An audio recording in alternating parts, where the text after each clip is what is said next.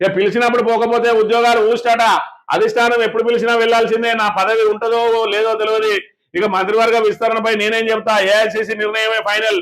ఏ CM అయినా ఇంకా కొంతకాలం కుర్చీలో ఉండాలనుకుంటారు, కానీ ముఖ్యమంత్రి ఎంపిక అధిష్టానం చేతుల్లోనే ఉన్నదని చెప్పి మన మంత్రి శ్రీధర్ బాబు ఏమంటున్నాయనంటే, మరి ఇక్కడ అధిష్టానం పిలిచినప్పుడు ఖచ్చితంగా పోవాల్సిందే, పోకపోతే పదవే ఊస్ట్ అవుతుంది అని చెప్పి చెప్తా ఉన్నాడు.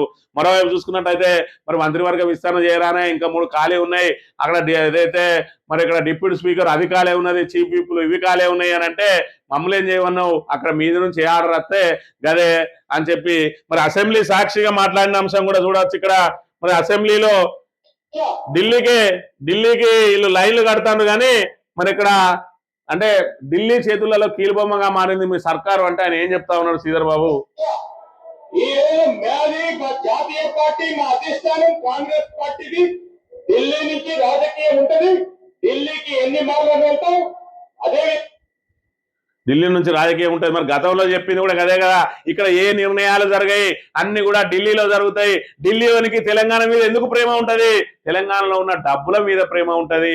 మరి ఇక్కడ కేటీఆర్ అదే చెప్పింది. నేను మాట్లాడిన తర్వాత మీరు ఎన్నిసార్లు అన్నా ఢిల్లీకి పోండి నాకేంది, మరి ఇక్కడ నేను ఇంకా మాట్లాడుకుంటే ఏం చెప్పిండంటే, ఇవాళ మేము భేషజాలకు పోకుండా కేంద్రం దగ్గర తలొగ్గి మేము నిధులు తెచ్చే ప్రయత్నం చేస్తా ఉన్నాం అంటా ఉన్నాడు. ఇప్పటివరకు అయితే నిధులేం తెలియదు, కానీ తల మాత్రం ఒగ్గిండు. ఎందుకనంటే రేవంత్ రెడ్డి సీట్ ఏడ తిరిగిపోద్దో, మరి కాంగ్రెస్ వాళ్ళు ఆ సీటును కనుక తొలగించినట్టయితే బీజేపీ అండతోటి టీడీపీ అండతోటి తన సీట్ను నిలబెట్టుకునే ప్రయత్నం చేస్తా ఉన్నాడు, బ్లాక్ మెయిల్ తోటి నిలబెట్టుకుంటా ఉన్నాడు.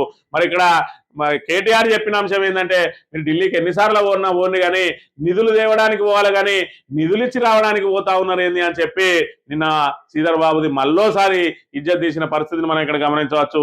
ఇది ఇక్కడ సభలో మాట్లాడింది. అయితే ఇక బయట మాట్లాడింది ఏంటంటే, అధిష్టానాన్ని పిలిచినప్పుడు పోకపోతే పదవులు ఊడిపోతాయట, ఖచ్చితంగా ఊడిపోతాయి. మరి మీ బతుకులంతా కూడా ఢిల్లీ కాంగ్రెస్ ఢిల్లీ నేతల చేతులనే ఉన్నది, అందుకే కప్పం కడుతూ మొన్న మంత్రివర్గం మొత్తాన్ని కూడా ఢిల్లీకి పిలిపించిండ్రు. నువ్వెంతిస్తావు, ఇలా కేరళ ఎన్నికలు ఉన్నాయి, ఖచ్చితంగా మీరే భరించాలి, మీ అందరికీ మంత్రి పదవులు ఉట్టిగానే ఇయ్యలేదు అంటే మనిషికి 30 నుంచి 35 కోట్లు ఇస్తా అని ఒప్పుకున్నారట. దానిలో ఇక ఎవరు దొరికిన కాడికి దండుకుంటా ఉన్నారు. ఇక శ్రీధర్ బాబు అయితే పెద్ద శాఖనే, పరిశ్రమల శాఖ, ఇప్పటికే 2-3 ఆఫీసులు పెట్టిండట. ఆయనకు పాపం సమయం దొరకలేదు. అలా తమ్మునైతే తీసుకొచ్చి మంత్రిని ప్రాంతంలోనే ఉంచుతా, నేను మంత్రిని ప్రాంత ప్రయోజనాల కోసం నా తమ్ముడు నిరంతరం ఇక్కడనే పనిచేస్తాడు అంటే పాపం ఆయనకు టైం దొరకలేదు. ఆయన దగ్గర కష్టోళ్ళు ఈ ఇల్టుపి ఏదైతే మరి ఇక్కడ ఇండస్ట్రియల్ భూములు ఏవైతే ఉన్నాయో వాటిని రెగ్యులరైజ్ చేసే కార్యక్రమం చేస్తా ఉన్నారు. ఎస్ఆర్ఓ రేట్లలో 25%గా చేస్తా ఉన్నారు. అంటే 5 లక్షల 6 లక్షల కుంభకోణం జరగబోతా